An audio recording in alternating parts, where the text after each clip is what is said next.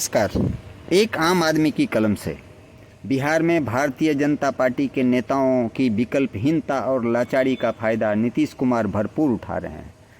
जिस भी जदयू नेता का भारतीय जनता पार्टी की तरफ नज़दीकी बढ़ती है, नीतीश कुमार उसको अपने तरीके से सीख या सबक अवश्य देते हैं। इस सूची में रघुनाथ झा, जॉर्ज फर्नांडिस, शरद यादव, दिग्विजय सिंह, उपेंद्र कुशवाहा, पीके सिन्हा जैसे बड़े बड़े नेताओं का नाम शामिल है। और इसी सूची में एक नाम और जुड़ने जा रहा है, रामचंद्र प्रसाद सिंह उर्फ आरसीपी सिंह। बिहार के लोग सच में कहते हैं, नीतीश कुमार के मुंह में जितने दांत नहीं हैं, उससे ज़्यादा उनके पेट में दांत हैं। हमारे देश भारत की आज़ादी के लिए ना जाने कितने महापुरुषों ने अपनी कुर्बानी या बलिदान देकर भारत को आज़ाद कराया, लेकिन उन्हें कहाँ पता था कि जिस अंग्रेज़ को उन्होंने भारत से खदेड़ दिया, जिस अंग्रेज़ के फूट डालो राज करो की नीति से भारत के लोगों को आज़ाद किया, वह देसी अंग्रेज़ भारत में अभी भी मौजूद हैं। आज के दिन हमारे देश के राजनेता यही कर रहे हैं, फूट डालो और राज करो। पहले हिंदू मुसलमान, फिर जातिगत आरक्षण देकर देश को जातियों में बांटा। अब जातीय जनगणना, साथ में धर्म के आधार पर आधारित करके जिस देश की राजनीतिक पार्टियां सिर्फ बैनर पोस्टर और अपनी पार्टी के उपलब्धियों को प्रचारित करने के लिए लाखों करोड़ों रुपया खर्च कर देती है, वहीं राज्य की जनता भूख से मरने को विवश है। इसका ताज़ा उदाहरण समस्तीपुर के विद्यापति नगर थाना क्षेत्र के मऊ घनेशपुर दक्षिणी गांव में मिला, जिसमें परिवार के 5 सदस्य सिर्फ इसके लिए आत्महत्या करने को मजबूर हो गए कि उनके पास आगे का विकल्प नहीं बचा था। कारण चाहे जो भी हो, लेकिन इस परिवार की मौत से पूरा बिहार सदमे के दौर से गुजर रहा है। वहीं देश की राजनीतिक पार्टियां फिर से बिहार राज्य को तोड़ने की साजिश में जुट गए हैं, जिसमें बिहार के मुखिया होने के नाते माननीय मुख्यमंत्री नीतीश कुमार के साथ भारतीय जनता पार्टी के नेताओं तथा संपूर्ण विपक्ष की भूमिका है। जहां एक तरफ बिहार की जनता भूख से मर रही है, वहीं जनगणना के लिए सर्वदलीय बैठक करने में राज्य के नेता मस्त हैं। इन नेताओं ने विकास के लिए कभी सर्वदलीय बैठक बुलाई और इन्होंने ऐसा कब किया, आपको कुछ याद आता है? लेकिन स्वार्थ की राजनीति और वोट बैंक की राजनीति ने इन्हें कटघरे में लाकर खड़ा कर दिया है। कल जब जातीय जनगणना बिहार की सरकार करा लेगी और इसकी सूची आम लोगों तक पहुंचेगा, तो फिर इसके पीछे छुपे वोट बैंक की राजनीति आपको दिख जाएगी। फिर शुरू होगा जिसकी लाठी उसकी भैंस।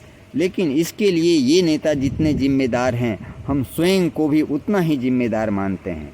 देश में बरसात के मौसम में जितना कुकुरमुत्ता का छत्ता नहीं उगता, उतना हमारे देश में राजनीतिक पार्टियों को मान्यता मिल जाता है।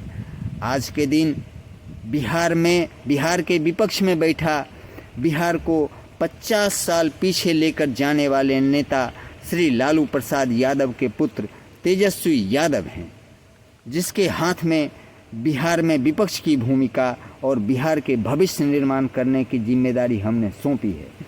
इनके पार्टी के नेताओं को बहुमत देकर विधानसभा तक पहुंचाने का काम किया है।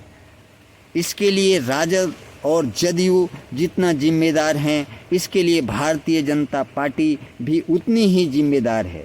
इनको भी राज्य की जनता से कम अपनी पार्टी और केंद्र में विपक्षी दल के सहयोग से चल रहे सरकार की चिंता ज़्यादा है। इनका भी एक ही मकसद है, कर लो भारत मुट्ठी में। आज के दिन भारतीय जनता पार्टी के हाथ से बिहार के भूमिहार ब्राह्मण वोट भी इनकी झोली से निकलकर कहीं भी किसी की भी झोली में जाने को मजबूर है। अगर समय रहते इस पर ध्यान नहीं दिया गया तो इन समुदाय का विश्वास भी इनसे उठता दिख रहा है, और तो और हिंदुओं का विश्वास भी जीतने में नाकाम दिख रही है। एक तरफ हार्दिक पटेल जैसे नेताओं को पार्टी में शामिल करना, दूसरी तरफ पार्टी के हिंदू शेरनी नुपुर शर्मा को पार्टी से निष्कासित करना। अगर ऐसा ही है तो क्या भाजपा हिंदुओं को सिर्फ वोट बैंक मानता है? वरना केंद्र में भाजपा की सरकार, कश्मीर में केंद्र द्वारा भेजे गए राज्यपाल और कश्मीर से हिंदुओं का पलायन हो, ये क्या दिखाता है? देश के हजारों मुसलमान और मौलवी रोज़ हम हिंदुओं को गाली देते हैं, मारने काटने की बात करते हैं, तो वह सही है।